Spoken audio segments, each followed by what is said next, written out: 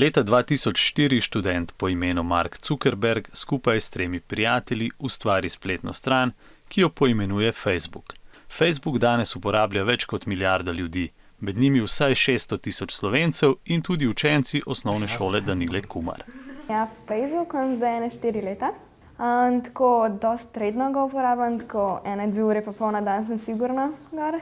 Jaz sem na Facebooku tako cel dan, ampak ga ne uporabljam glihkam, samo tako v ozadju. Tako, če nekdo kaj napiše. Tako blazne ure nisem, samo tako pač običajno malo pobrskam, večinoma samo za kakšne tako smešne fotke.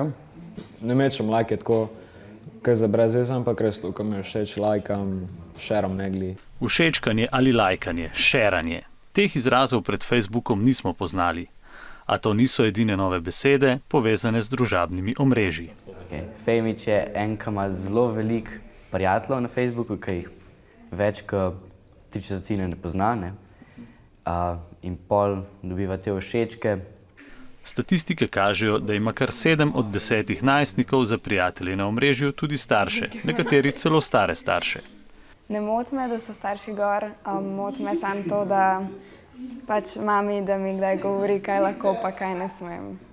Moji starši uporabljajo Facebook, ampak jaz jih nimam pod prijatelji.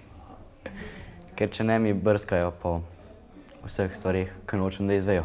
Prav nadzor staršev pa naj bi bil razlog, zaradi katerega mladi opuščajo Facebook.